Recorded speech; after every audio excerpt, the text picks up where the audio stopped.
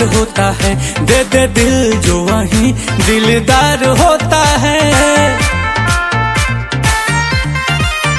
आंखों ही आंखों में आंखें चार होता है, दे दे दिल जो वहीं दिलदार होता है। अपने सनम को प्यार से हमको थोड़ा देखा कीजिए, मेरे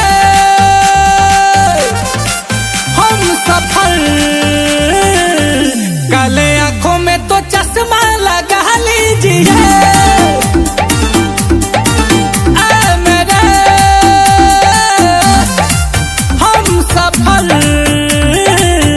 काले आंखों में तो चश्मा लगा लीजिए।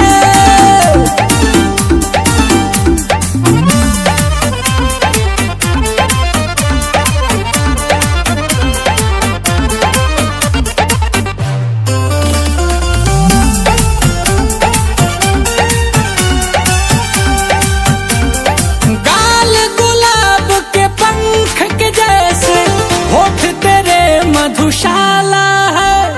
कह दो सभी से आज अभी से, आपका ये दिल वाला है। ऐसे हंस के दिल में बस के, जरा सीने में